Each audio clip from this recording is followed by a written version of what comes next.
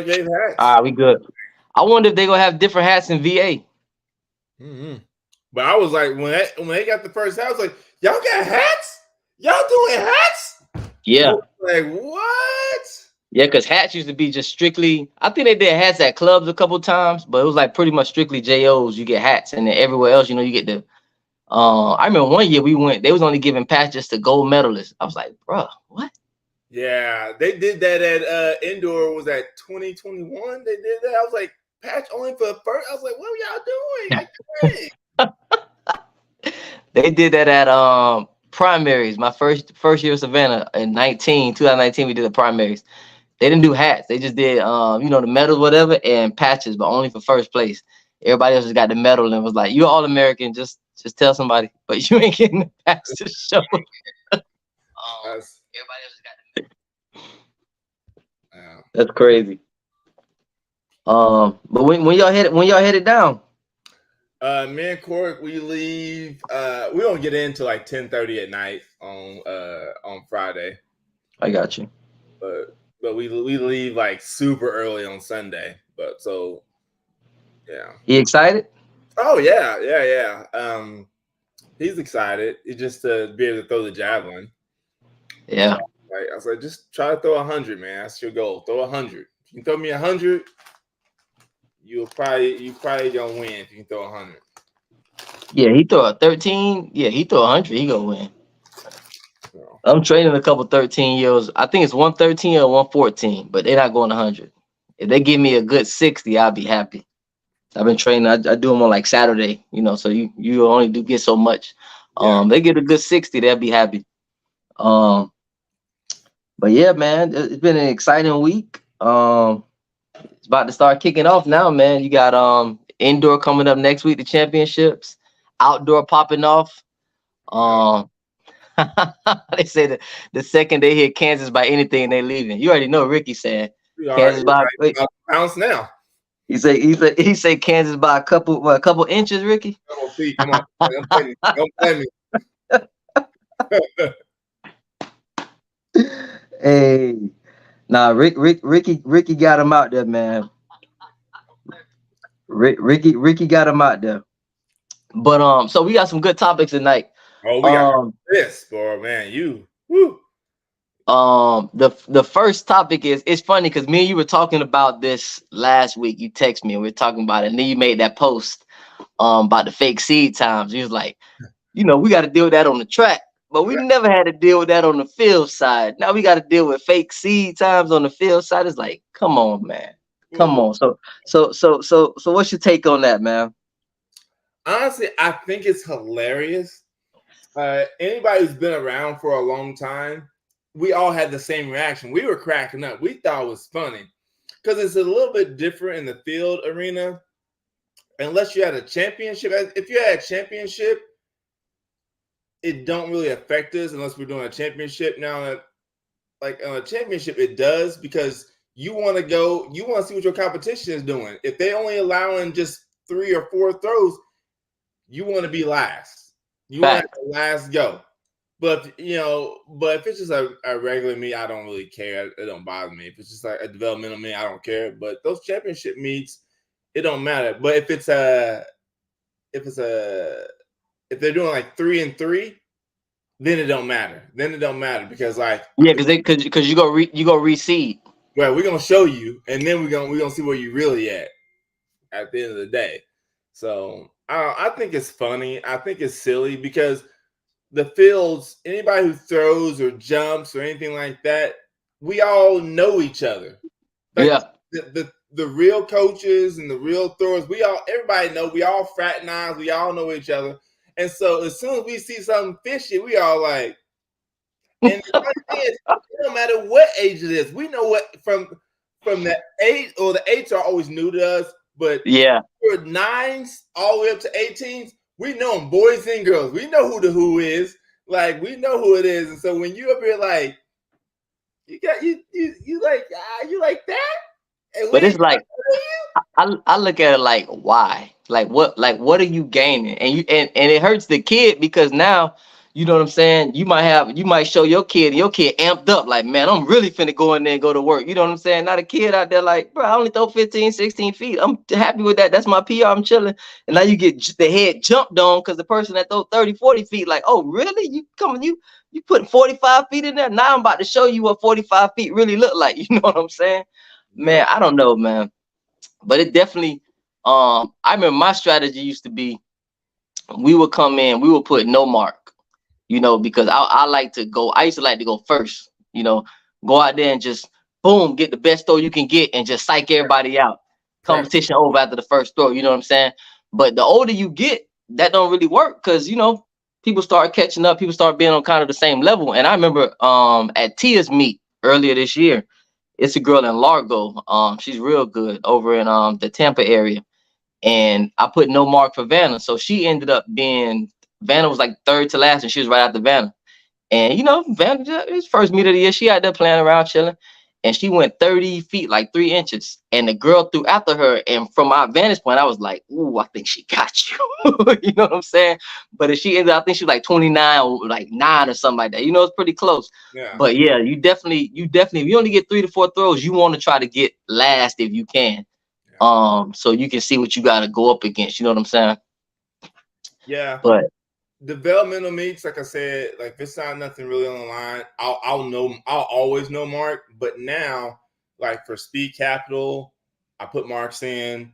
Nationals, I'm putting marks in. JOs, you know, they're automatically taking your marks for JOs. Yeah, they take your mark. Yeah. Because it's important. But like I feel bad for those kids when they go out there, like you said, they go out there and they hide in that third flight or whatever, and then they just get dumped on. Everybody's like, and that happened. JO's, was it 2022? I think it was. Because you were talking, you were like, Aubrey was in 9th or 10th, I think. You know, you're like, I don't think she gonna hit the podium. And I say, nah, man, they messed up one of these girls, you know, time distances, because I've been looking at her all year. She's like 4 meters, and they put her in at 7 meters. And I was like, they messed that girl up. And you can just see her face when, like, you know, she did a throw, whatever. And then the other girls came behind her, and she was just like, oh, snap. Like, it's real out here, man. You know what I'm saying? It hurt that baby's confidence. I saw it. I saw it on her face. It hurt her confidence. Y'all gotta stop playing with these people and doing them like that. It's not fair to those babies because, like, you can destroy a baby that's coming along, like just getting into it, and then you mix them up with people who are just destroying people instead of putting them on their same level. So I think it's a bad idea on both ends, on both the sprints and the field events. I think it's a bad idea because you get in that fast heat and you get your doors blew off. It's gonna make you reconsider even running, maybe. Yeah. Like I made a post. It's this British guy. I don't know if you saw it. A couple of days ago, and he was talking about he was training this girl in the first race. She got 8th place, 8th out of 8th. You know what I'm saying? Whatever. And she was mad. She was crying. And he was like, "Look, you ran 19 seconds. Yeah, last week. This week you ran 18 seconds. You actually won. You PR'd, which is the goal to get better, especially for younger kids. Like a lot of people get caught up in this hype. You know what I'm saying? Social media done messed up a lot of people because not everybody with the hype and you want to be number one and all that foolishness, whatever. It really don't matter until you get to high school. That's when it really, really matters. That's when the college is really looking at you. That's when your times and your distances. That's when it really, you know what I'm saying? Like, that's when it really matters, people. So it's cool to be number one at 10, 11, and 12. Don't get me wrong. That's always the goal. That's what we strive for in my household. But it really don't matter till you get to high school. That's when the marks really matter. So develop your kid now. You ain't got to lie to a kid. Develop them. If you really know how to coach, then you can get a kid to that level eventually by coaching them and developing them. But lying to yourself, making yourself look dumb, because everybody go to Coach O and they talk about you. Some people are nice enough to scrub your name out. Some people don't care. They go just screenshot it and post it, and everybody gonna be looking at you like a dummy on Saturday when your kid don't do what you said your kid was gonna do. When everybody knew your kid wasn't gonna do that because it's just not in them yet. It could be in them later, but it's not in them right now. And I'm on a whole different thing right now. You already know, like I'm like, nah, I'm done with like chilling in the background. I'm like, nah, I did screenshots of all the participants, but I've always done that in the past anyway to show my kids. I use it as a teaching opportunity for my kids. I take their picture of the participant leagues where they're entering at and say, hey, are you going to climb the ranks? Are you going to go down the ranks? Okay, if they go down, I say, hey, what did you do? What did you do different where you didn't do as good as you normally do? Or if they go up, hey, what did you change? What felt different? I use as a coaching tool as well. I'm like, hey, you started here. You came in here. That's how, like, I found that motivates them. They say, of course, I came up 2 spots. You know, or like that time when I was on the outside looking in. She was like, yeah. And she came in, was like, I ain't supposed to be here right now. Yeah, she ended up getting 3rd. Yeah, that will make a kid feel better than you start them off at the top and then they drop all the way down to the bottom. Like, you know, it's the same thing when we did the 200. When we did the 200, we came in ranked 75th. We finished 24th. And now we was scratched like, you jumped 50 spots. Yeah. And so, like, that's the piece that they missing to mentally motivate kids. Yeah, I don't know, man. I don't know, when it comes to just lying and youth sports in general, like, why? It's just like, it don't make no sense. Like, you won the performance list. Whoop-de-doo. What does that get you? It don't get you nothing. Like, just stop lying, coaches. Stop lying, develop your kids, and leave it at that. Let the chips fall where they may. You know, you're not gonna win every weekend. You know what I'm saying? You're not always gonna do your best, but that's a part of life. And it's a part of teaching these kids, you know, that you might, like you say, you might not have got it this week. Now we go back to the drawing board. Just work hard. You know, you do, like we said earlier in another live, you do your film study. Now I go back to the drawing board. Okay, look, you didn't hit your mark the way you're supposed to hit your mark. You know what I'm saying? Your chest wasn't up, your head wasn't up. Maybe you didn't hit the board right on long jump or triple jump or whatever. Now we can go back and we can work on those things. So next week we can correct it. But if you lying to the performance list, I'm pretty sure you lying to the kid and you lying to yourself. And that kid probably ain't gonna be in your team next year, because I see that happen a lot too. Yep.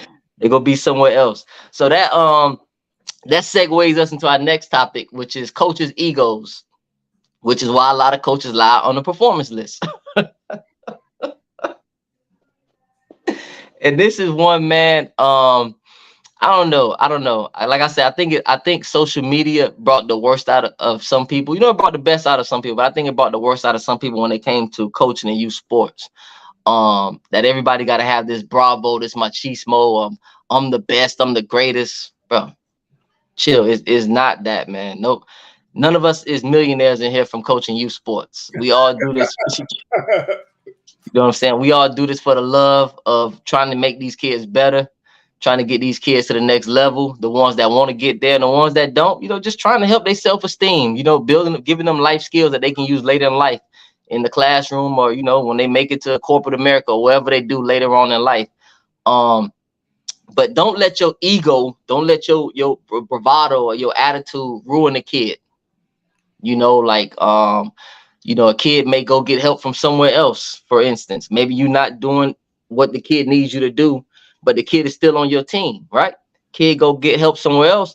The kid is actually improving from the help that they getting somewhere else. But you mad because the kid's not improving from your help. Do that make sense? No. The kid is improving. You should be happy. If anything, find out who the person is that's helping them, and y'all get together, and maybe they can help you develop a plan where they don't have to go to them anymore. Now you know what you're doing. Yeah. You know? I steal things all the time. I'm like, I seen you do XYZ with such and such. Hey, I need that right now. I need that. Of course, yeah. Like I DM so many people. When I see something I like, I DM immediately. I be like, hey, I need that right now. I got something I'm working on right now. I DM'd a coach that no one even knows coming, but they're gonna see. I DM'd a coach the other day. I was like, hey man, look at this progress that we got here. Because he was the original guy who reached out to me. He reached out to me. Mm-hmm. He was like, hey, let me help. I got some tips for you, whatever. I was like, bet. And I'm like, whatever. It's about the athlete for me. I'm trying to help that athlete that I'm helping right now be the best they can be. And that's what it's all. That's what it's all about. Because at the end of the day, what's going to happen? If they get better under getting some help from somebody else, guess who? It's still my athlete. I'm still, hey, at the end of the day, they gonna appreciate me reaching out or nurturing that relationship at the end of the day because they started with me. If you have a good relationship with your athletes, you ain't gotta worry about your athletes leaving. No. You ain't gotta No. Because they know that you care about them as a person. You know what I'm saying? If you care enough about me that you can reach out and get help so that I can get better, why would I leave you? Yeah. Now, if I got to go reach out myself and get the help, I don't need to be here. Yeah, what are we doing? You know what I'm saying? So next year I might be at another club. But if you see, if you're a coach, you know what I'm saying, you have an organization, take your ego and throw it away. Soon as you start a club, soon as you become a coach, take your ego and throw it away. Because it's at that point, it's not about you anymore. It's about the athlete. And I think a lot of times, a lot of these coaches, we making it about ourselves. What did I do? What did I accomplish? No, it's not about what you did, what you accomplished. It's about what these kids are doing and what these kids are accomplishing. Now, if you're doing a good job, then people will notice you. People will give you your accolades. They'll give you your kudos. But it's not about you getting your kudos. It's about these kids getting better.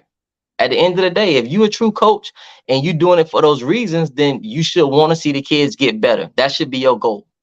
It shouldn't be to get the accolades. It shouldn't be walk around with your chest big at a track meet. I don't know if you saw the meme somebody made. Like I was saying, when your kids ranked, you walk around like the Beyonce and Jay-Z with the fur coats on. You know what I'm saying? You walk around the track meet like this. Nobody can't even say what's up to you. You know what I'm saying? Because you think you the best thing since sliced bread. Nah, bro, that ain't what it is. That's not what it is. Help the kids get better. Yep. By any means necessary. If that means you got to reach out. It's all about them. Yep. Because like Ricky said, all of us, if you smart, you hitting the DM of somebody else saying, hey, I see what you did over there. That's pretty cool, man. How did you do it? I want to do that over here where I'm at too. You know what I'm saying? And if you reach out to them in the right kind of spirit, the right kind of mindset, they gonna help you out. Dude, I literally, and this is in like I'll post screenshots. I don't care. I had a parent reach out to me and say, "Hey, I need help with X, Y, Z. It ain't my specialty." I was like, "Hey, I got Coach Melissa Burns. I'm gonna put you on with her. Mm-hmm. She gonna hook you up. She gonna have you righteous." Hooked her up. The athlete's still with me, but yeah, he goes to Coach Melissa for this specific thing that she needs. I can't do it all, man. I can't be an expert at everything. And sometimes, even if I got the tips from Coach Melissa, I don't have time to implement it. Yeah. Or you might not even know how to execute it all the way like they do. You know what I'm saying? So like but it don't make you this is what I want to get to. It don't make you less of a coach. Nope. Everybody got their specialty. You know what I'm saying? Like people come to me, they say, you know how to coach jumps. I do not know how to coach jumps. I can help you with the explosion part of it. You know what I'm saying? And get a little bit to it. But even with you, I seen your video, Savannah doing high jump, bro. Help me out because I have no idea what I'm doing over here. And you'll be like, you need to do some back bends, you know, you'll give me a couple tips here and there. But that's not my thing. My thing is throws. So if you run and you come to me, I'm gonna put you up close with somebody that's a running coach. Because I'm not gonna put you out there and say drive phase. I have no idea what none of that means. I was slow. Drive phase. I just run. We talking about drive. I wasn't fast. I ran a 4.75 40. That's slow in Miami. That is. I ain't even run the 100 because I couldn't finish. I did about a 6.9 60, but I wasn't fast. I could throw far. I was throwing the football about almost 60 yards. I was throwing 85, 86 fastball, but I was slow. I wasn't fast. Sam slow, Savannah slow. My family, we was in a Zulu tribe. We got blessed with arms, but we was not in the Kenyan running tribe. That was not us. Yeah, me and my wife, we're fast, but our kids are fast. Me and Courtney were track fast. Yeah. Our kids are just sports specific fast. That's what they are. I got you. They basketball fast. They football fast. They baseball and softball fast. I was like, after that first year running 200, I was like, baby, she's probably one of the top 6 girls in our region. Yeah. In speed. She was like, national level? Nah, it ain't you, baby. That ain't you. Nah, man, these kids are built different now, man. But it's funny because Sam went to a new baseball team, and the guy, he saw him play on another team, whatever. And he's like, I love the way he hits, I love the way he pitches, whatever. So Sam get a nice little single. He's on first. Coach over there, like, oh yeah, I got him. He throwing the signals out there. Boy, the catcher had the ball before Sam was halfway to second base. I mean, the second baseman. And he looked at me. I say, he not fast. You should have asked me that before you told him to steal. That boy running in quicksand. What y'all talking about over here? You leave my baby alone. It's not in us. It's not in us, man. But you just gotta know your thing, man. You gotta know your niche, know your specialty, and stay there. You know what I'm saying? And if you don't know, you don't know. Reach out. That's especially the group, the field events group. That's what it's here for. You don't know something, like I put in there the other day. Coach needed some help with long jump. I reached out to people that I know that know they're doing in long jump. Help them out, because I can't. You know what I'm saying? I'm gonna have you scratching every time. They're gonna be looking at me like, bro, I thought you knew what you was doing. No, sir. That's not it. No, sir.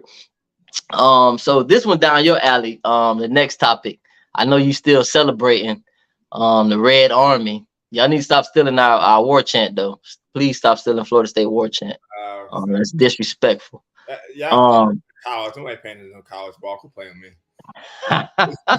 We pros over here. But the push saw around the world. The bump.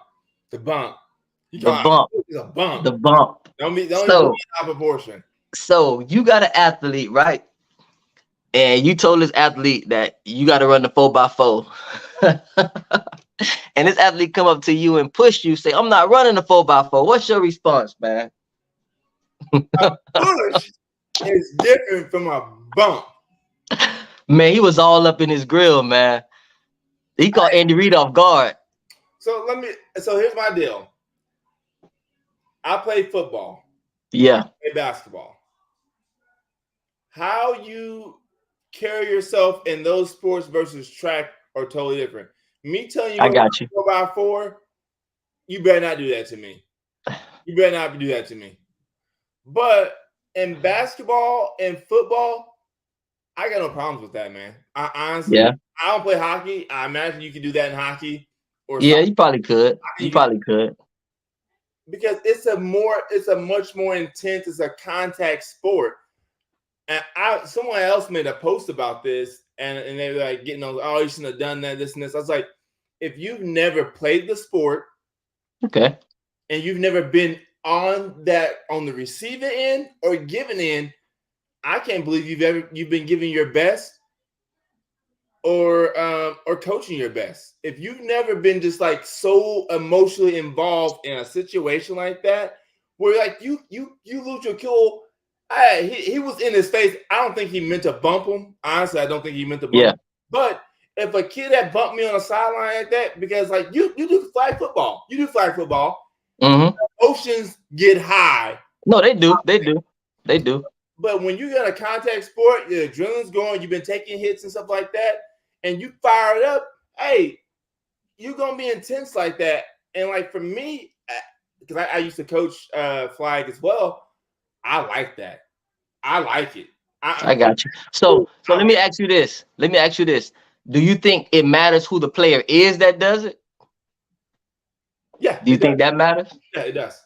Because I can see why he did it, because I was at home watching it because I didn't want the 49ers to win. I'm a Cowboy fan. I hate the 49ers. So I'm sitting there looking at the screen. I'm like, why is Kelsey not in the game? It's not like he got that many weapons. All y'all got is Kelsey and Rice. That was all y'all had this year. And then you had the running back number 10 coming out the backfield. So I'm looking at like, why is Kelsey not in the game? And then next thing you know, it turned to the camera and he was telling Andy Reid the same thing. Like, bro, I need to get in the game. And he put him back in the game. And then, they ended up winning. But yeah, no. But I wouldn't mind it in track either if it was for that reason. The reason of I want to be out there. You know what I'm saying? Like maybe you put somebody else on the relay. Or like what Brandon was saying out in Louisiana, they can only put 2 people on the team for throws, which is crazy in high school. Wow. That's ridiculous. So maybe you might have had somebody on there, you know what I'm saying, and the third person, they hot. Like, bro, why you ain't put me? You know what I'm saying? Like, if you give me that kind of passion, I don't mind it. But if you give me the kind of passion that you got an attitude because you don't want to do it, nah, you're not going to be on my squad.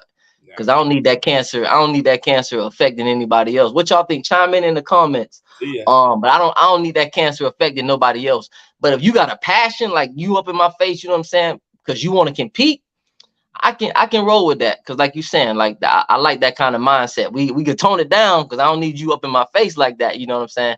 But I feel the passion. I understand the passion. So that's cool. I mean, you think about some of our greats. You know, I'm always gonna go. I'm gonna default to Michael Jordan. Come on. I mean, they didn't have the kind of camera work and stuff, but as he got older, and you said, "Hey, he's in there. He's hot. He's hot. No, he's hot. He hot. He hot. Know how he felt a few of them times. You know he did. Yeah, he hot. Yeah. Kobe was the same way. Kobe, yes, I was like, Kobe, come on. That's what I'm saying. I like that.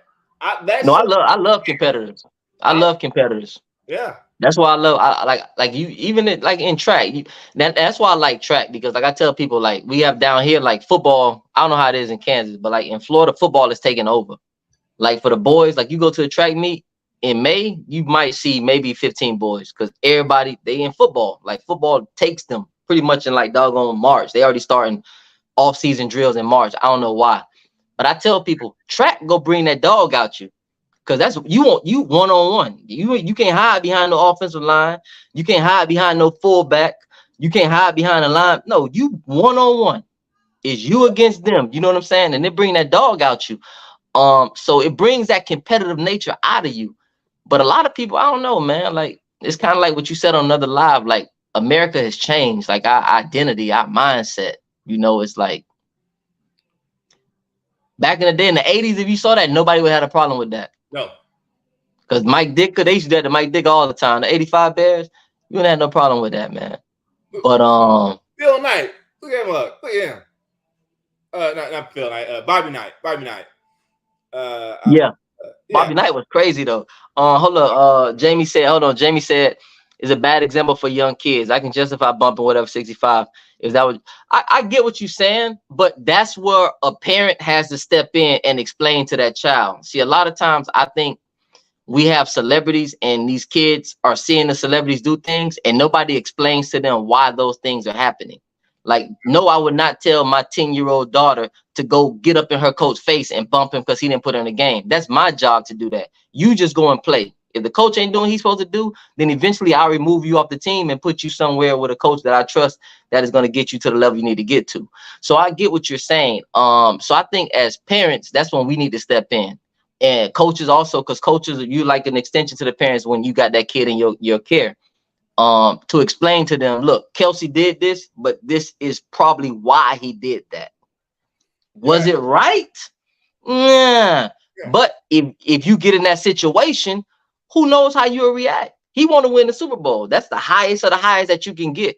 You know what I'm saying? Game on the line. Why am I not in the game? You know what I'm saying? So, like I said, for me, I don't have a problem with it because it's competitive nature. Now, if he's throwing a hissy fit and he just got an attitude and he acting like a prima donna, now we got an issue. But, you know, he want to get in the game. He want the ball. I can't be mad at him for that. You know what I'm saying?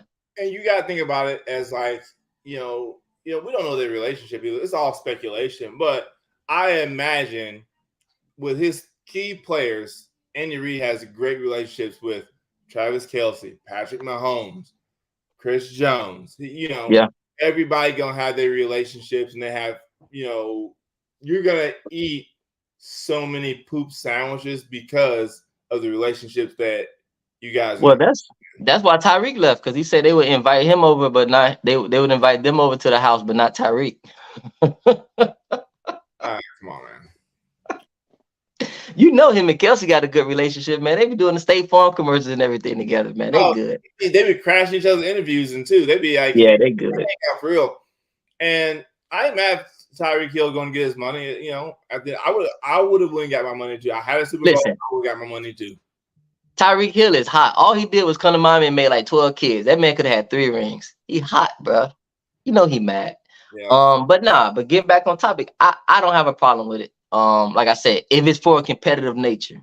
Now, if it ain't competitive, and you having an attitude for some unknown, you know what I'm saying, whatever, then now we got an issue. Cause then you'll be like Kadarius Toney or whatever his name is. Yeah, that dude's an idiot. You know what I'm saying? That's the other end of the spectrum. Kelsey want to compete. You want to act like a doggone a dummy. That's why they left you behind in Kansas City. You know, so you got to cut.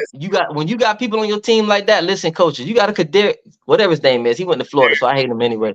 You got a player like that on your team, get him off. Because that cancer spread. That's why they was like, no, you're not going to the AFC Championship or the Super Bowl. Nope. Stay away. We'll mail you a ring. We'll send you a ring in the mail. Leave us alone. Yeah. So this is a topic you brought up. Body changes for young athletes. So I'll let you take the lead on this one. Okay.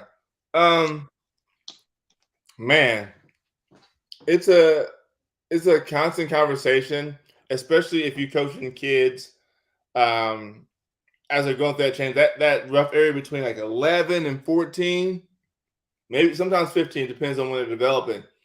Yep. It can be a tough spot mentally for some of these kids because, you know, depends. Some get an upside, some get a downside. Some of them stay the same. And those ones with that downside because of body changes and puberty and stuff like that, as a coach, you got to be there to support them. You got to be in their corner like, hey, we going to work through this. There's ways to work through this. We gonna be able to maintain. We going to get a plan together. Hey, you may drop off, but we going to get you back. And that's the thing. I see a lot of kids, they'll give up because of body changes, maturity, awkwardness. If you grow real fast, you lose some speed because you ain't used to that stride. You may lose some strength. You may lose some technique, things like that. And you just turn into like a baby giraffe, like them baby giraffes be when they come out the womb. Nah, you just like you touched on an important piece when you're talking. Just stay with the kids. Mental. Like a lot of times we be so focused on the physical that we forget the mental aspect of track and field and athletics in general. It's very mental. And when you're going through those changes, and it happens on both sides, male and female. Like people think it's just mostly female. Now the men have some issues too, because you grow too fast. You wake up in the morning, you done grew 6-7 inches. That's a problem, especially if you're a sprinter. You know what I'm saying? You got to change your whole stride pattern, like he was just saying. What I always did when I had kids that started doing that transition is I still always kept the focus on technique. Yep. Technique. You know, slow it down. You might not be able to do everything you used to do, but don't put that frustration on the athlete, because sometimes as a coach you get frustrated with an athlete. You know what I'm saying? Like they might not be doing what you think they should be doing or what they could be doing, but don't let them see your frustration, because they already going through enough themselves. You know what I'm saying? That could be even outside of the track. You know, when people start developing and things like that, who knows what they go through in school, especially in middle school. Middle school is horrible. Oh man. Middle school is bad when I was in middle school, but now middle school is these kids are horrible, man. So you always want to make sure that kid's mental is stable. Make that be your number one goal outside of getting them to the level that they're trying to get to so they can be successful on the track. And then that's also for kids who may have not, like middle school is a perfect example of, like, you know, a lot of times those when kids start developing, they get stronger, they blow up, you know, especially like young boys. I will say there is a thing about young boys. They feel more intimidated when they go to that area where it's like, gosh, everybody just sprouted up above me and I'm chilling. I haven't grown. And so I coach a lot of boys, and I try to, hey, you can't get caught. And I was like, let's just focus on technique. Someday you're gonna get back there. Y'all gonna even out at some point. And so what we gotta do, we just maintain. We focus on our technique, and then when we go through our change, while another athlete may be relying on just raw strength and everything, you got technique. Then once you get your strength, you marry those two together. Now we working. You causing problems for people in. Yep. But it takes a good coach to be patient with that kid. Yeah. Because, you know, some coaches not patient. You know, ego get in the way. To take it back to the earlier topic, you got to be patient, man. You got to be patient because it's a marathon. It's not a sprint. Yep. You know, so you got to keep that in mind. Focus on the mental. You know, be patient with them, and eventually they'll get there. You know, because kids still go work hard. Some kids still go work hard. You know, like look at JoJo's son. His oldest son, he just posted just now. He went and ran a 56, just chilling. Yep. Yeah, he been playing 7-on-7. You know, so he ain't even really in track shape like that. And he's went out there, but it comes back. It's like riding a bike. You know, you start growing, you start understanding your body. You know what I'm saying? You start not being so clumsy because a lot of kids just clumsy because they uncoordinated. You know, you grow too fast. I got a friend in Tennessee. His son was like 6'2". He's 6'11" now. Woo. You know, last year he was, now he killing. He's the number one recruit in Tennessee in basketball, dunking on everybody, bro. Because now that coordination done caught up. It's a wrap now. He probably end up at Duke and be, lottery pick. But it just take time. Take time. Don't rush the process. Don't rush the process. Enjoy it. Enjoy it. Because before you know it, they'll be out the house and you'll be sitting there like, man, I remember when we was traveling all over the country. We was training. You know, they don't even call you. They only call you when they want some money. So, so enjoy the process. Because I'm pretty sure you could think of when you was running. Now look at you, your kids running. You know, so yeah, life moves fast, man. It comes at you fast and it goes fast. So enjoy it. And learn from your athletes, right? So you might have a kid now going through that transition. Might be your first time with a kid going through, the transition physically like that. Learn from them because maybe 5 years down the road, you might have another athlete going through the same thing, growth spurt. You know what I'm saying? They going through puberty, things happen. You can learn from, okay, when I had a kid, boom, we did this. This how it ended up. So maybe you did it right, maybe you did it wrong. It's all a learning. Coaching is all about learning and learning what to reapply and what to not reapply. That's the key. Always keep the mental notes. I did this XYZ, it didn't work. So now I'm gonna try ABC and see what the result's gonna be. I like this one, man. So players' expectation versus coaches and parents' expectation. So how many people sit down with I made a post about this. How many people sit down with their athletes before the season start and ask their athletes, what are your expectations for the season? Because a coach go have their expectations. A parent obviously go have their expectations. But do your expectations match up with your athletes' expectations? Coaches, chime in. Are y'all having these conversations with your athletes to make sure that y'all on the same page? Because if you're not on the same page, y'all gonna have some rough practices. Ask me how I know? Because I've been there, what's your philosophy? Well, like I said, we do a lot of film. I know I talk about that a lot. I'm going to keep talking about it. Film is so important. We usually take we'll always the year before we'll look at what we did at JOs or whatever championship meet we decide to go to, and we'll look at the beginning of the year and we'll look at the progress. I'm like, hey, okay, this is what you did. You started here, you got maybe 2 feet more this year. You got 2 feet gain or whatever it means. I was like, hey, so what do you want to do? I always put it on them first. What do you want to do? I got you. That's smart. If they give me a goal that's I think they shorten themselves, I'm like, I like kind of because they're still children at the end of the day. Let's be real. Whether they're 18 or not, they're still children. And you're like, that sounds like a good idea, but you think you can't squeeze another foot out? And like, yeah, I probably can do that. And you don't want to force a goal on them, but you want to help them it's a process to help them for when they leave you, when they go to college, they're setting realistic goals for themselves. Yeah. And not push themselves a little bit. Yeah, and not being a lazy goal. I got you. And that's smart. They have a goal that's a kid comes in, he's triple jumping, 46 feet, and he's like, oh, I'm about to jump, 55 feet. I'm like, nah, we might want to slow down on that, buddy. It's we can make an adjustment through the goals throughout the year. I got you. Yeah. Like the Tia just said, give them stretch goals. You know, it's like Yeah. you have a right now goal. Then you have like, hey, let's try to get there. You still always I always try to make a goal to make them feel themselves because especially now it depends on the athlete. You gotta know the athlete. My young athletes, if they don't hit their goals, they're in misery. Yeah. Hard to get them back from that. They're so hard on themselves. So you got to give them goals that are when they're young, especially when they're young, attainable goals. Maybe just barely at the reach. It's like, hey, I was really close that time. But if you give a goal, say, I mean, I'm just going to use small numbers. So you give a goal for 20 feet and shot, but you know that kid's coming in at 15, like 15, 16 consistently. And you're talking about 20. Yeah. That's hard. That's hard. To go every meet, they can get in first. They can be the best one out. They can win that meet. Yeah, but they ain't hit 20. They're gonna be discouraged. Yep.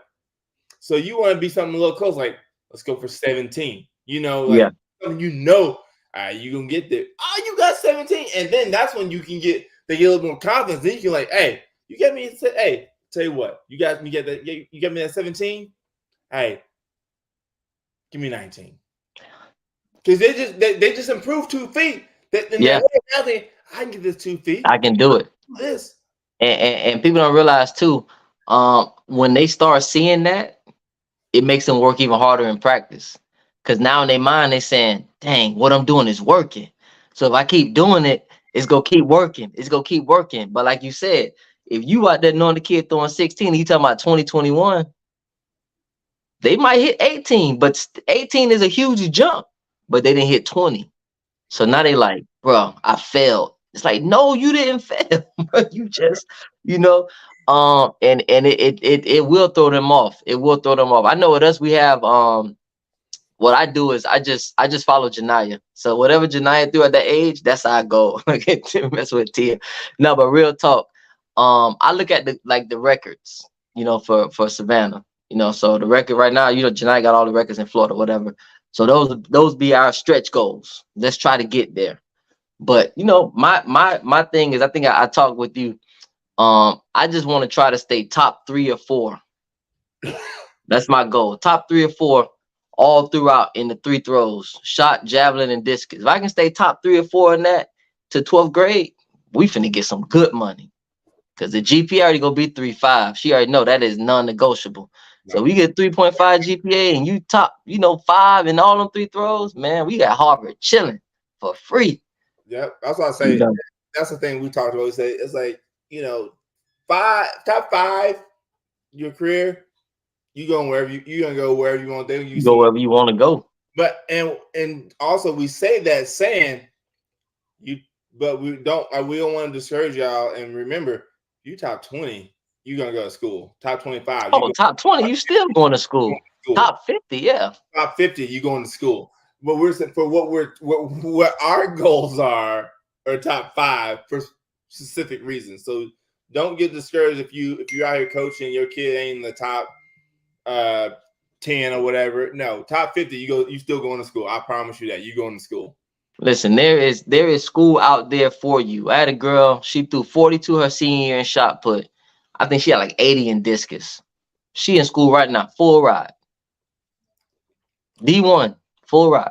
Yeah. They'll find you. There it's somebody out there that wants you. Just have a good attitude. That's it. You have a good attitude, good work ethic. Don't give a coach a headache. Don't get on their nerves. Go to class, do your work.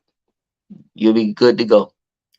Before we jump to the next topic, I wanted to say something just real quick about social media. I know we talk about kids all the time, like making sure their social media is clean and stuff like that. But for parents who are sharing their kids' stuff, for the younger kids who don't have their own social media, keep your social media clean too. Because it's like if you out here and you're like, oh, I got these highlights of my babies, my IG, and then next thing you know, you got some like ratchet stuff going on. It's like, is that gonna be a problem for me in my school? They got a lot of business out here in these streets and stuff like that. Yeah, I don't know about that. So if you're running your kids' social media stuff, make sure you're keeping your stuff clean. I saw a kid like that I was coaching. I had to have a talk with the parent. I was like, hey, nah, that ain't you. that you.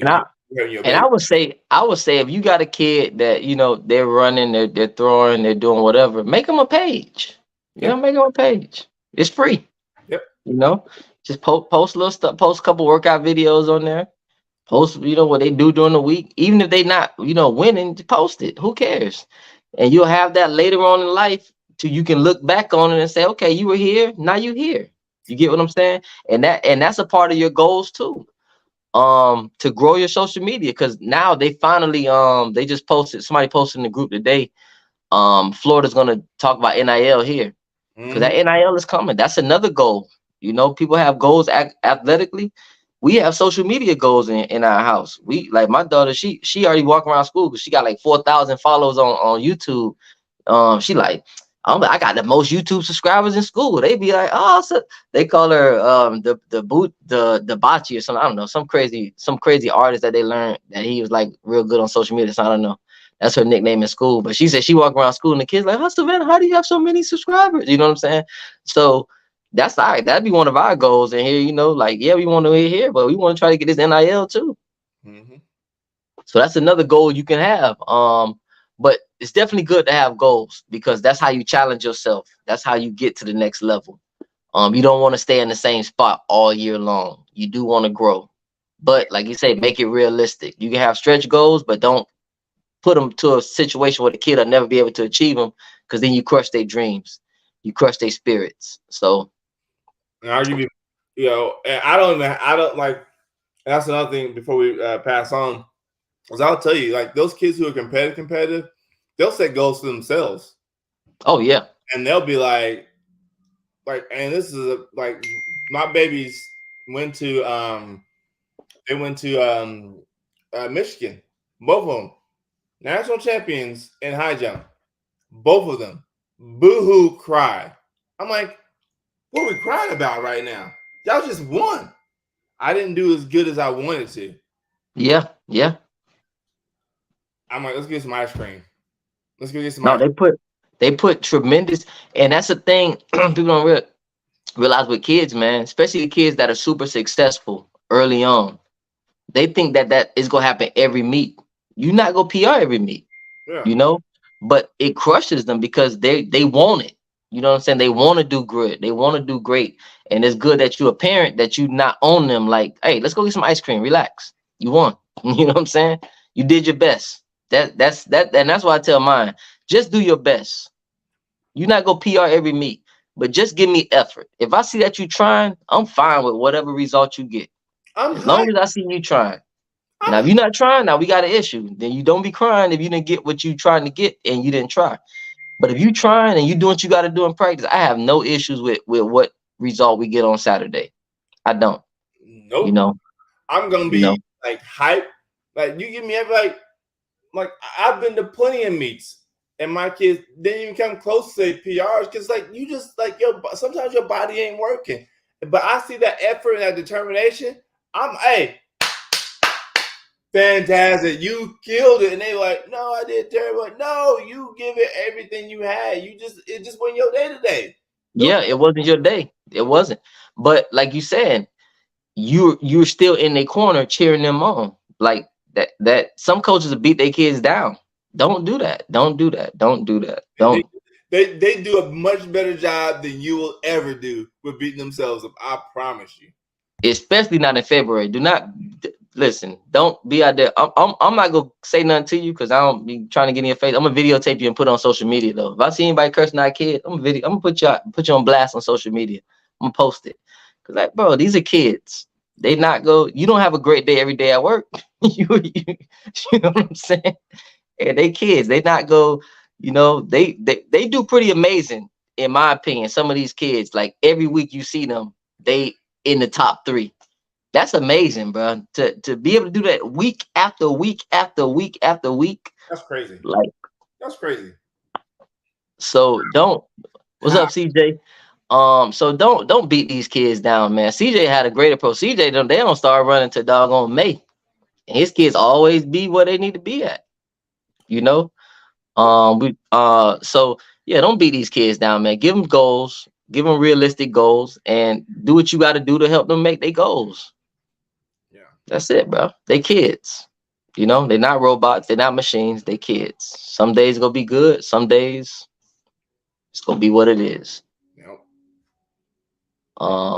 But if you prepare them and train them the way that they're supposed to be trained and prepared, they'll show up and do what they need to do on Saturday.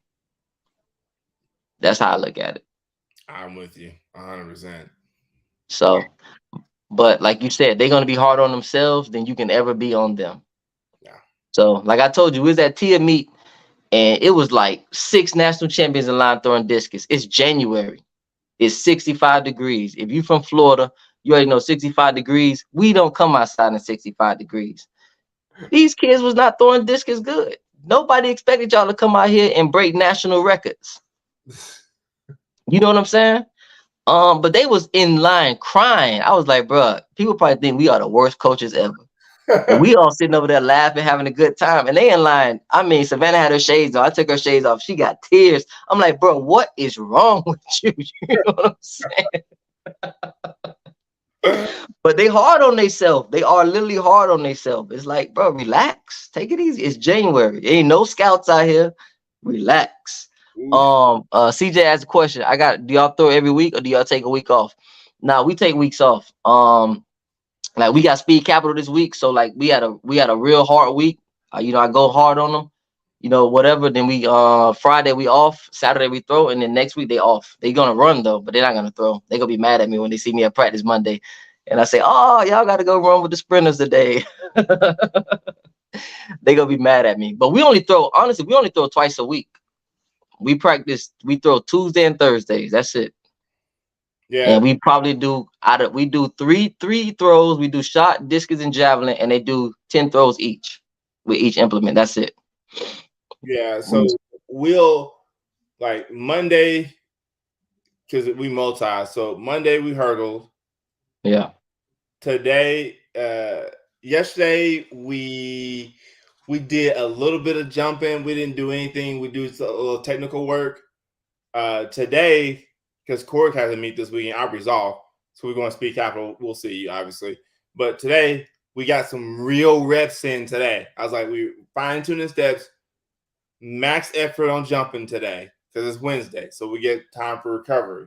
So max effort on long jump today and max effort on javelin today. Yeah. We won't throw. We might do what we call spirals. Might do spirals. Those are like 30-foot tosses. Like literally, that's all we're doing. We're just like getting our spin, getting our through the point. That's what we'll do Thursday. We'll jump hard on Thursday, and we're done. That's it. So I'm pretty much like you. Twice a week is usually what we'll do. Because I try to teach them, give me quality. I don't need quantity. Give me quality. We warm up good. We use these tennis balls. Even football. Like sometimes I just had them out there throwing the football around. They don't realize they stretching their arm out. We do crazy stuff too. Like we'll do like flag. I put flags on them and I'll just let them capture the flag. They don't realize they moving their hips. They working on footwork. They got that thing. They having fun. Don't realize they working. We do crazy stuff like that. But the throwing, we don't do too much throwing because the arm has only so many throws in it. Yeah. You know, and anybody in here, like my son's a pitcher. A lot of his friends already had elbow surgery at 14, 15 because their parents don't realize the arm only got so many throws in it. Yep. So, you know, and a lot of times too, CJ, you can, if your coach isn't doing this, something you can pass on to them too. I learned from this Olympic javelin thrower that trained my daughter for a couple sessions. You can have them throw the opposite arm too. So like what we'll do is we'll throw, you know, like right now she's throwing like 30, 35 feet, whatever. So she'll throw a throw, and then I'll have her go retrieve the shot, but then she needs to throw it back to the ring with her left arm. You get what I'm saying? So we'll do stuff like that because it's working both sides of your body. You know, it's obviously it's not going to be as strong as your right side, but you're building up that strength, and it's helping with hip rotation, it's helping with shoulder rotation, things of that nature. But yeah, a lot of kids do throw too much. Man, I had one mom tell me, she said, my son does 40 throws a day. I was like, he ain't gonna make it to JOs. She said, what do you mean? I say 40 throws a day? I said, he not gonna have an elbow. Like I had my boy RJ. He was so mad at me because, like I told you, we do 10, maybe 15 if we got a big meet coming up that week. Because I want to, whatever. He ended up getting elbow tendonitis in the elbow, tennis elbow, whatever. In the beginning of May, I took his javelin away from him. You can ask his mom when you see at Speed Capital. He didn't throw a javelin for a whole month. He was mad because he one of them kids that he just want to work. Like you tell him go sit down, he crying. Most kids tell him to go sit down, they happy, cool, practice over. Him, no, he mad, he crying. So I took his javelin away from him. I let him throw javelin for a whole month. We did strength exercises. We worked on technique, worked on form, whatever. Did little tennis ball drills. He went to the club and threw 108, broke the national record. I say, now do you trust me? He had thrown the javelin. I only let him throw javelin at competitions. He never threw it during practice for a month and a half. And he broke the national record. So now this year, I don't have to worry about him because he's saying, I know, coach, we only get 10 throws. I say, now you understand why we do what we do. Because I'm trying to see you make it to college and maybe the Olympics. I don't care about right now, man. Trying to get you to the next level, get you some free schools so your parents ain't got to pay for it. Yep. And like Jamie said, you throw a jab too much, you in trouble. Yep. We like yeah, you in trouble. Be hot at me. Like, no. We have what I call, some days we have meet days. Yeah. Like we'll go like, hey, I'll give them a qualifying. So they'll we'll do, they'll get, if we're doing jab, they'll get, depends on how I'm feeling, they'll get 1 to 3 1-step throws, and then I'll give them 1 to 3 3-step throws, and then what we do, I give them a qualifying mark. I was like, if you hit the qualifying mark, you get 3 throws to hit the qualifying mark. If you get the qualifying mark, you get to go to finals. I give you 3 more throws. And so that's how I motivate my kids. Because like after that, I'm shutting them down. You done. Yeah. And Cork was hot with me today because he qualified. And he wasted one of his full throws. He went down, but he didn't release. I said, scratch. He was mad at me, man. He was mad. That's one of my throws. Hey, you don't play on my runway. You don't play on my runway. Yeah. They don't let me throw again. I don't care what they let you do. When we go down in a throw, we throw with intent. Scratch. Take away throws. We had a question from Kathy. How often do you condition in addition to your jumps and throw days? So we practice 4 days a week. So Tuesday and Thursdays are our throwing days. Monday and Wednesdays, if the kids, because some of my kids play more than one sport. So like my daughter does flag football. So Monday and Wednesday, she's doing flag. So that's her conditioning. But if they don't do another sport, then they work out with the sprinters. Because they don't need to run miles, they throwers. So I make them work with the sprinters. They run, 50s, 60s, 100s, whatever they're doing, 200s, at that. Do some plyos. So 2 days a week. Because they're kids still, you don't want to give them too much, especially this early in the season. Because they still I'm doing PE, so yeah, trust me, Mom. Shoot, I don't know if y'all have that president's thing or whatever, the Aspen test, I think that's what it's called. My daughter be coming home crying like, Daddy, we had to run a mile a day. They had to do push-ups, sit-ups, all that stuff, man. So they, just let them go outside and ride a bike and stuff like that. They'll be fine. Yeah, they'll be fine. Yeah, like I said, we have a regimen. They have we have our mini exercises that we do that everybody's required to do every day. Now my parents stick to it, but I was like, and it's not asking them for much. Depends on what level they're on. I require between 30 and 50 either sit-ups or crunches. I require that every day. I'm like, like. Nah, yeah, 50 push-ups, 50 sit-ups every day. 3 to 5 days a week. That's what I require. That's what we get, because throwers and jumpers, like everybody always thinks they think, oh, I gotta get buffed, and it's like I need my legs and I need my core strong. That's what I need from you. Like you ain't got to be it does help that you can, you get on some cables and stuff like that, but I need that core strong. I need stability in the legs. Let me give y'all some free game, parents. Like what Coach Ricky said, 50. I know for me, like I tell my 50 push-ups, 50 sit-ups. So a lot of kids be like, I don't have the time to do that. So I always tell my kids, do you play video games? Yeah, I play video games. Cool. So when you play a video game, you play Madden. Every time you throw a pick, 10 push-ups. Boom. Every time another person score a touchdown on you, 10 push-ups. Before you know it, by your second game, you done knocked your push-ups out.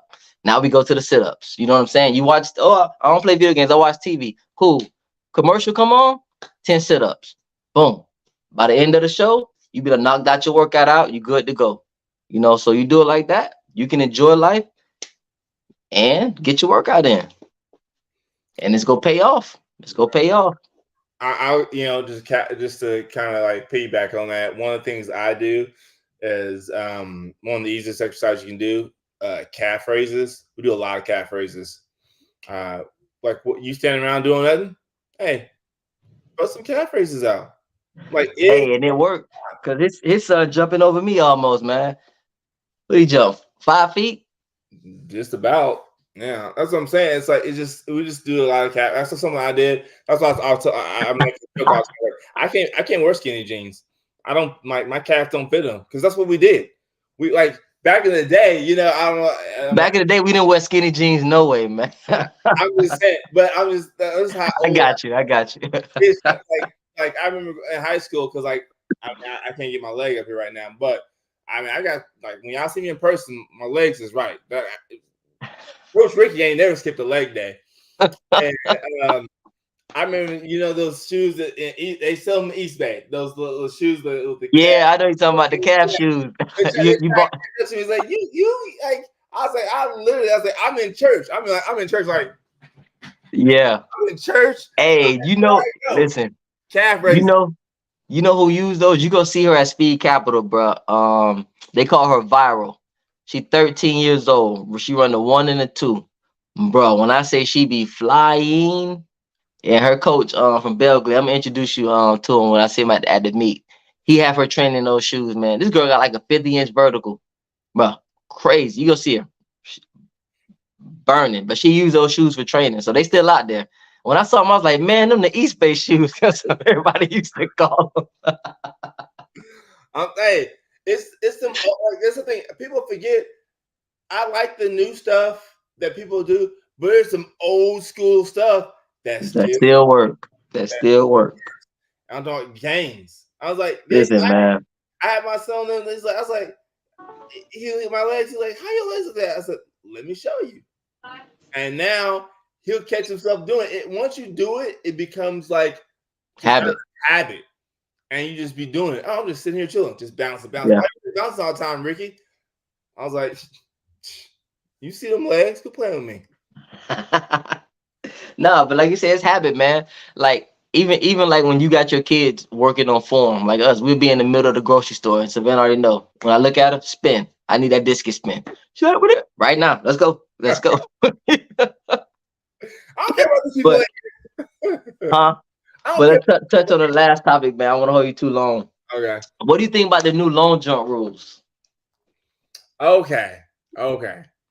This is me. So I did a whole. I was gonna post something, but I was like, I'm not gonna post everything. I wanted to talk about it. I'm a fan of it for this reason here, because I'm trying to think about the future. I'm being selfish for my. Okay. This is why I think it's a good idea, because you guys do the research. It's out there. It's easy to do the research. The viewership in track is trash. It is. It's trash. Look at everybody else, how they've grown their sport. Look, I'm gonna use a couple examples. Look at Women's College World Series softball. Mm-hmm. They have a higher viewership than track does. And true.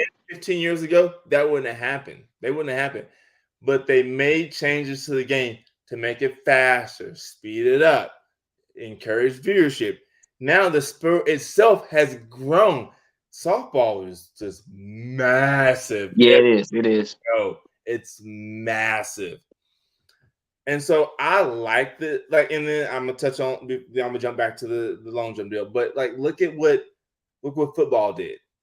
Football, NFL. Y'all say what y'all want, where y'all like Commissioner Goodell or not. Hey, man. Oh, Jamie, you're right. Cornhole, same thing. It's blowing up too. But you gotta find a way to market. Look what Commissioner what they did. They're being smart about it. It's like, let's protect these quarterbacks. We want to see high throws. Like when we was back in the day, we wanted I love the hits. I used to love watching ESPN. You got jacked up. I love seeing that. But you know what? I like to see, I like better than that. I like to see the celebrations. I like to see people scoring. I like to see, I like to see the flashiness. I love that area. That's what people tune into. You know what I'm saying? They want to see the flashes, so they grow the sport. Everybody's up here dissing the Taylor Swift thing and everything like that. It jumped those numbers up, man. Jersey sales. Yeah. You gotta tap to a whole new market. They're being smart. Look what they did with their All-Star game, the Pro Bowl. It was like, this football thing ain't working. Flag football. We get viewerships. Now that you see, now they're growing. People are making money off the kids doing flag football. It's smart. Yeah. Mike has to do the same thing. You have to make changes in things to bring in kids who may have been a barrier for her. Look at Steph Curry. Steph Curry is a perfect example. 15 years ago, you had to be the tallest player out here. You had to be the strongest out here. Yeah. They took away handshaking. Now kids who look like Steph Curry or his height can make it. They can make it now. Yeah. You release that bear, jersey sales go up, shoe sales go up, viewership goes up. They're making money hands over fist. And when we're like, we don't want to change this. We want to stay the same. You can't make money like that. So do you think it should only be in exhibitions, or you think they should put it in the World Championships and Olympics? I think they should. I think they should adopt it. I think they should. I think they should put it in there because nothing people want to see people be great. At the end of the day, I got you. That's true. You want to see, oh dang, he missed that jump. That's terrible. And no one, if he say the guy jumps 40 feet, but he scratches it. Only the track heads are talking about that. No one outside of the track heads, they ain't talking about that. They ain't talking about that. No. He hits that 40-foot jump. Then everybody's like, oh my God, it's on the internet, it's everywhere. Mm-hmm. You eliminate that loss that you had. Now you're generating excitement. And that's why I like people like, Noah Lyles, when you go out there, he's pointing at, we talked about that earlier. It definitely brings more eyes to the sport. When you can do that, when you release better, when you make it more accessible, more people because top dogs is going to top dog regardless. Wherever you make the rules are, and I say this about LeBron, Jordan, Kobe, it don't matter what the rules are. They still gonna be at the top. They're gonna still be at the top. They make this your top long jumpers. They gonna still be the big dogs. They don't gonna make a difference. They still gonna jump out the gym. Ain't gonna make a difference for them. But you gotta find ways to draw people in. So I'm a fan of rule changes if it's generated, because I want my babies. Hey, I got young babies. I want them making a ton of money off this sport. Of course. And Raven, the shot putter, she just made a post. Yeah, I think it was yesterday, saying that she pretty much don't make no money, and she's an Olympic silver medalist, bro. You come in second in the country, in the world, and something, you should be able to live pretty comfortably. You know what I'm saying? So they definitely got to find ways to generate revenue. They got to find ways to get sponsorships, because they don't got no sponsorships in America for track and field, which is weird. We should have an American track and field league where you can draft people, you know what I'm saying, put teams together, and let them travel around from different cities, and you buy tickets and you go and watch your favorite track athlete run. I don't know why nobody has set that up yet. If you got cornhole out there can do it, track and field should be able to do it. It's not that hard. People just don't want, like you say, USATF, they got to stop being stubborn. Because even on the youth level, they stubborn. But the CEO and all them still getting paid. They still making a pretty penny. But the money is not trickling down, and you're going to ruin the sport. You're going to ruin the sport. People always say, you drastic with some of the things you do. I think they should go to the Olympics, do the little walk, the little wave with the flags, and don't show up to their races. Don't show up to their throwing events. Embarrass the USA. I bet they'll change their tune in when them athletes don't go out there and do what you want them athletes to do because you're not paying them. You're not giving them nothing, man. Other countries win a gold medal, bro. They come back to a parade. They kings. Yep. And like Jamie said, cornhole, they're making money. Like I said, and that's the same thing about softball. Those professional, you don't even like. It's a niche thing, but they built it up. They make more than track and field athletes, which is insane. That I mean, no, like my baby's she's a hell of a softball player. But the thing is like they've done a job of marketing that sport. Look at, I mean, I don't know if you guys are a baseball fan. I know you are, but look at the Savannah Bananas. Look at them. Oh yeah, their games are fun, man. They've changed it up and they making money hand over fist. No, their game sold out every night. You can't even get in. No, you can't. It's sold out every night. But track and field got, like you say, you got to find a way to change. Like you can't be still stuck in the 50s, stuck in the 60s, stuck in the 70s. Because that's not it. No, these kids looking for different things now. If you got to bring celebrities out there, have them run against celebrities. Like even when they ran against DK Metcalf, like all the track heads was like, why he out there running? Bro, I'm pretty sure he rose viewership that day when he raced against them because people want to see that. Yep. They want to see stuff like that. Like bring some of these NFL old linemen that used to throw in college. Let them throw against Krauser. You know what I'm saying? Get some of these world's strongest men out here. Let them throw against Krauser. Like that kind of stuff will generate more interest where you'll bring more eyes to the sport. Let LeBron them come out there and high jump. You know what I'm saying? I'm pretty sure like I posted the other day, Bradshaw, which I didn't even know. Terry Bradshaw threw javelin in high school and he had like the national record. He threw like 220 feet. Let some of the quarterbacks come out there and throw a javelin and see what they can do with it. You know what I'm saying? Who knows what interest it might drum up? Look at what happened with Tyreek going to the Masters. Yeah. Everybody going to the Masters here because Tyreek might show up in Chicago. Yeah. It puts eyes, it's like Taylor Swift did to the NFL. It puts eyes on the sport that won't normally be on the sport. Because like you say, track heads go watch track. We go get the Peacock subscription. We go find out where it's at and we go watch it. But your normal person not watching it until the Olympics. They're not even watching the World Championships. They're only watching the Olympics. So you got to find a way. The Olympics is every 4 years. So you got to find a way doing them in between those years to get more eyes on the sport. And they definitely got to find a way to get sponsorships. Yeah. I'll be honest with you, baseball, I don't see how they still making. I don't see how they still doing these contracts because I'll be honest with you, man. It's TV. They got TV. They got TV deals. Dude, they need some more. They need to let people take steroids again because like when Sosa and what's his name's going at it, that was the most exciting thing ever. That was. Nah, I ain't gonna lie. It was fun. Because every day you came home, that's back when the Sports Center was Sports Center. And you had what's his name? Stuart Scott. You know, them kind of dudes on there. Every day you came home, they was hitting a home run. It was fun. It was fun.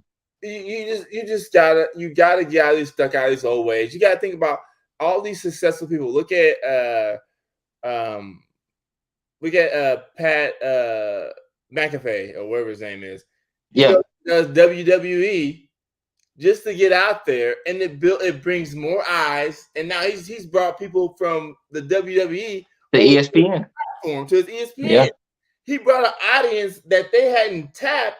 Now he's bringing over. You gotta be smart. They didn't hire some. They didn't hire some people in marketing, man. They got you. Yeah, like somebody just say you need young-minded people on the board. Yeah, you do. You need kid people and social media too. Social media will help you grow it too. Like they had the USA World Championship just now, whatever, the indoor. They made a post after the indoor that the stars have arrived. And somebody put in the comments, you should have posted this 3 days ago. The meet is over. Like little stuff like that matters. Like at that point. Yeah, like little stuff like that matters, bro. Like do stories leading up to it. Social media, get them, boom, do a story leading up to it. It's ways that you can grow the sport. But like I said, they're not their dollar is not affected because they're getting their money still. So as long as I'm getting my money, I'm not changing nothing. Your money's affected down on the bottom, but you still running and throwing and jumping. So I ain't gonna say nothing because you still go run and jump for $5,000. So run and jump for $5,000 like a fool. You know what I'm saying? Let me say this, and what they need to do. And so, like these, like they should be having marketing campaigns for these stars that they have out here. It's like, of course, no reason why Ayrton, Noah, the girl who throws this is Ryan Krauser, my girl at pole vaults, can't think of her name right now, but I know you're talking about Moon. There's no reason why you shouldn't have an ad campaign going for them. Like getting ready for Paris, the hottest thing on the NBA that's been trending on every sports talk show right now. Who is the NBA going to make the next star of the NBA? Because the guys about to leave. Steph Curry getting old, yeah. Halo Steph and LeBron are about to be out the league.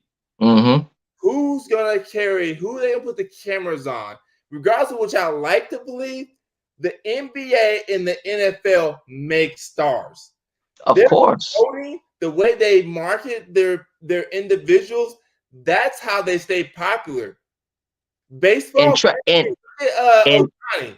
Look at him. Ohtani's the man, yeah. And it's easy for track. See, it's harder in football because football you got a helmet on. Track and field is easy because you are open. You there. You ain't got no barrier or nothing. It's easy to do it in track and field. They just don't want to do it. Do you remember back in '92? I know we got to wrap it up, but you remember back in '92 and they had the two decathletes, Dan O'Brien. I can't think of the other guy's name. Yeah. What was his name? They had that campaign running crazy. One of them didn't make it, but I think Dan O'Brien made it to the Olympics. I actually think he medaled.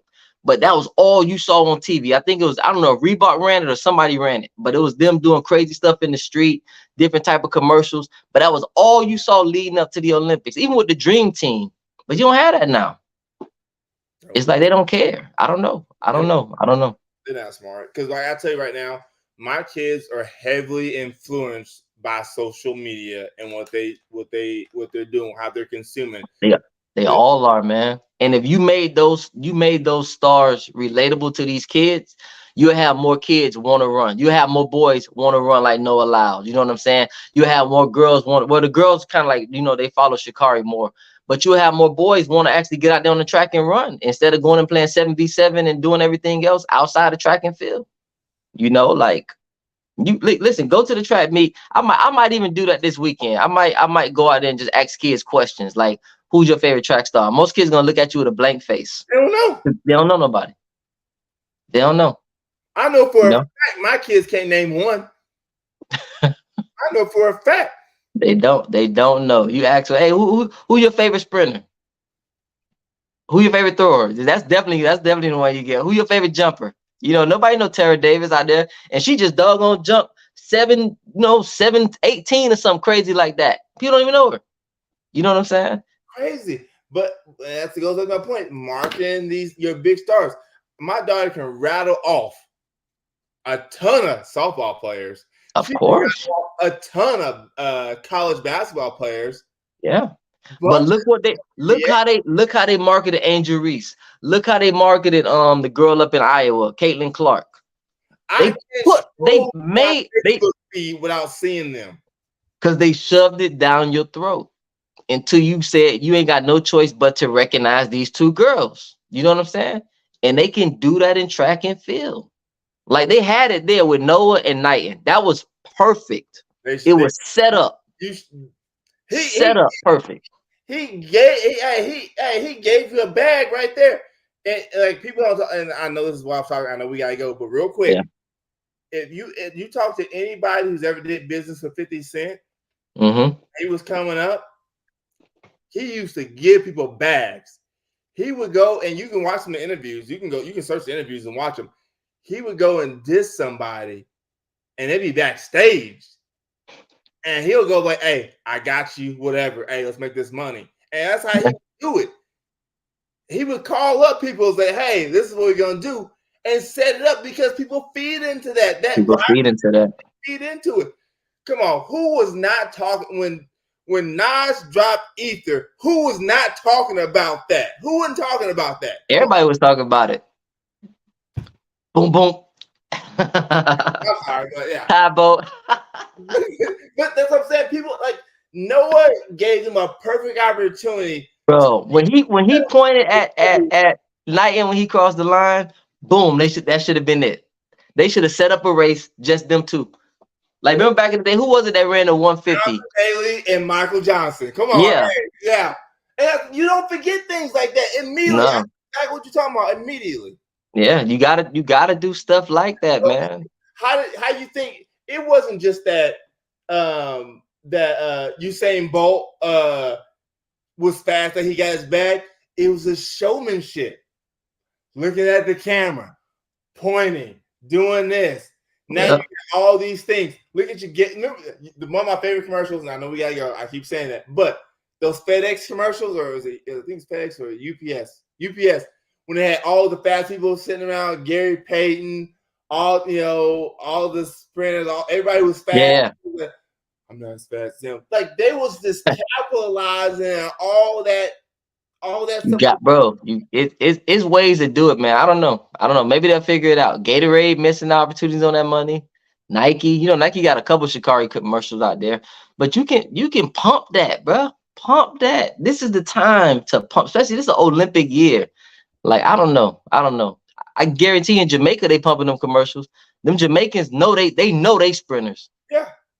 You know what I'm saying? Overseas, they know they athletes overseas. In America, it's like look at the guy that throws javelin in India, Chopra. I forgot his name. This man got like 8 million Instagram followers. He throw javelin. Ain't nobody in America throwing javelin got over 1 million Instagram followers. I can guarantee you that. They might not even have 100,000. Nope. And don't say India got more people. I don't care about that. They market their athletes better than we do in track and field. Plain and simple. All day long. And that's why kids are gravitating to other things outside of track and field because of that. So USA Track and Field, get it together. All right, my brother. Salute. Safe travels, man. See you in a couple of days. Yeah. You go chop it up at the meet. We might even do it live at the meet, man. Who knows? We'll see how it goes. All right. But salute, my brother. Take care. All right. See y'all.